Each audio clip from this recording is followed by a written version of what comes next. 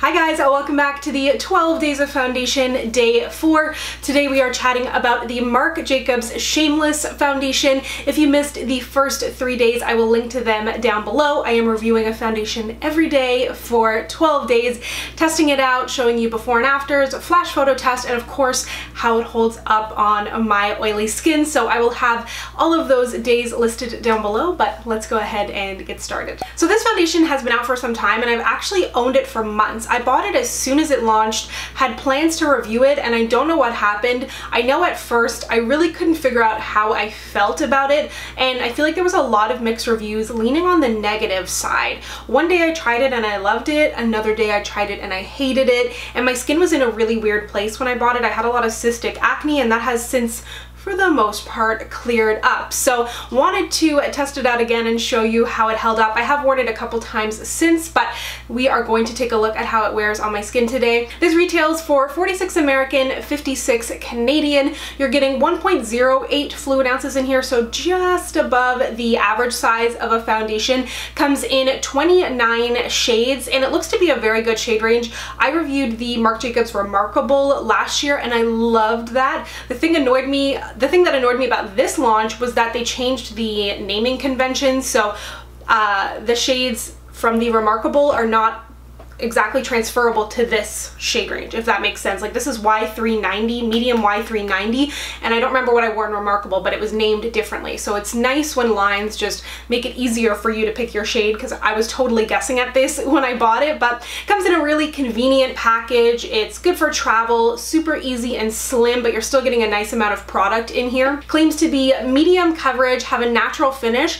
Oddly enough, on the Sephora website anyways, it says it's good for normal, combo, and oily. It doesn't say dry skin, which is interesting because it's not marketing itself as a matte foundation. It's saying that it's natural. It also says it's self-setting. I, however, am going to set it with a powder today. I'm going to prime this half of my face to see how it reacts with a primer. I'm going to use a sponge as well. That's my preferred method of application with this foundation. I also feel like this is the kind of foundation you could use your fingers with as well, but let me bring you in a little bit closer. I'm just going to go ahead and dot it on my face.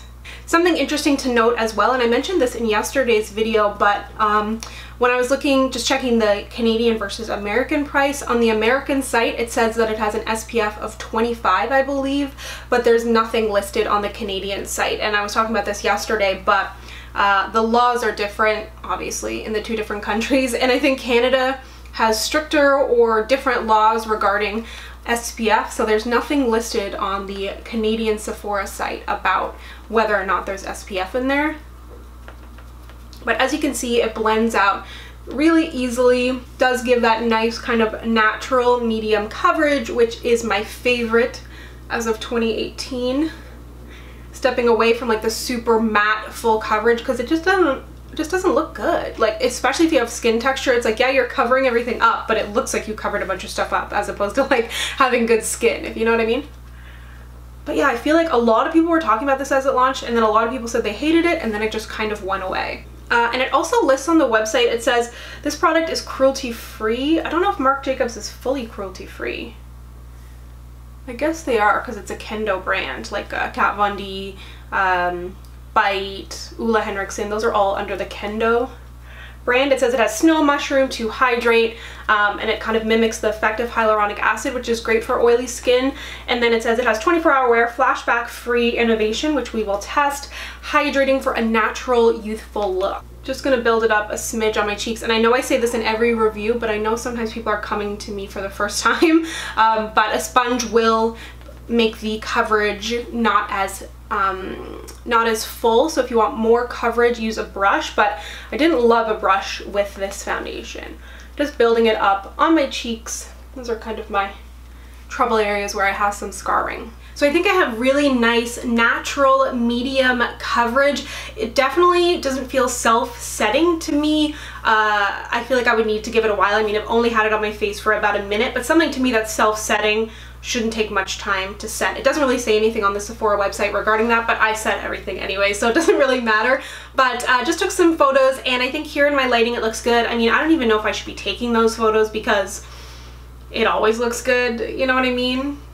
like it's not gonna look horrible, I think, if you have all your whole like studio set anyways. But anyways, and then in my Dark hallway, I thought it looked good as well. It's a little bit light on my skin, but I have a lot of color on my body, and I bought this foundation about probably, yeah, it was like as soon as it launched, so it's been months. So I don't think that there's any major flashback there. You can see there's a bit of a sheen to my skin, but I'm gonna go ahead and put on the rest of my makeup, and I will be right back. Back with my full face of makeup on. Everything I'm wearing will be listed down below, but I think things look good. One thing I will say is that it does look a little bit heavier than what I feel like it should, if that makes sense, for the level of coverage that I'm getting, because it has a beautiful medium coverage and your skin kind of shows through, but it still does look a little bit makeup-y, if that makes sense. So I feel like maybe throughout the day, as my oils start to come through, it'll look a little bit better. If you have normal skin, you might be able to get away without powdering this, and maybe I powdered it too much, but I do want to make sure and kind of do my normal routine and make sure that it stays in place. So I think that things look good. I don't think it looks heavy on my skin by any means, but I definitely don't think it looks as natural as it possibly could. But I'll go ahead and check back with you in a little bit. I'm actually heading to some events at 12 and then another one at 2, so those are kind of my normal check-in time, so I'll probably do a check-in on the go with you while I'm out and about, but I will see you then in some natural lighting. Hey guys, I'm doing my first ever out in public check-in in front of a bunch of traffic, but I think things look really good. Nothing looks oily, but like I said, it does look like a slight bit cakey on my skin considering the amount of coverage that I'm getting, but I haven't had to blot or anything, so I will check back with you this evening. Hey guys, it is now the end of the day and I am so torn. I was just thinking for probably like 10 minutes about would I recommend this foundation, would I not, and I don't know. I like it.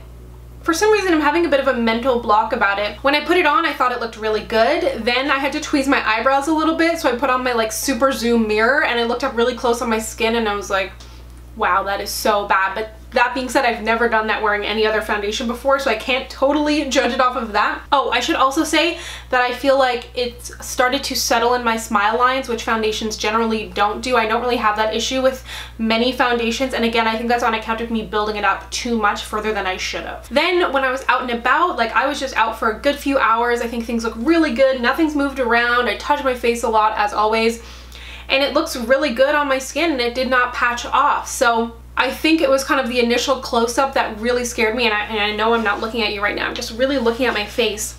If I was to say, you know, did it oxidize? No. Is it buildable? Yes. Did it stay on my face? Yes. Did it not get too oily? Yes.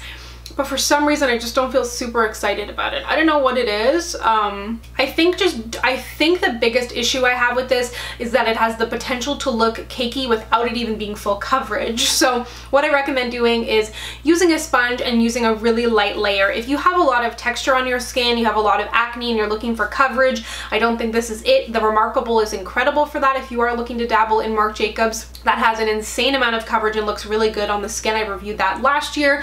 This one is definitely more of a medium and I would not go any further than that. So I definitely do like it. It stuck around, it feels comfortable, it feels lightweight. If you do have a lot of texture on your skin, I would be careful about that. And I can see how somebody with dry skin would not like this, because I was kind of unsure about that on the Sephora website, because I was like, all the claims sound really good and it sounds hydrating and whatnot, but it's hydrating, which every skin type needs, no matter dry or oily, but it's not actually like a dewy finish. Like it feels like nothing on my skin, which is awesome. So hopefully this isn't confusing you too much, but I want to be completely honest with my opinion in the sense that like I like it and it held up really well, and I don't know if it's just like I'm in a weird mood. I don't know. I'm sorry if this is not helpful, but you know, gotta be honest with you. So that is today's 12 days of foundation review. Stay tuned. Tomorrow I will be reviewing another foundation and hopefully we'll have some more solidified thoughts on that. Let me know if you have tried this. I feel like a lot of people hated it.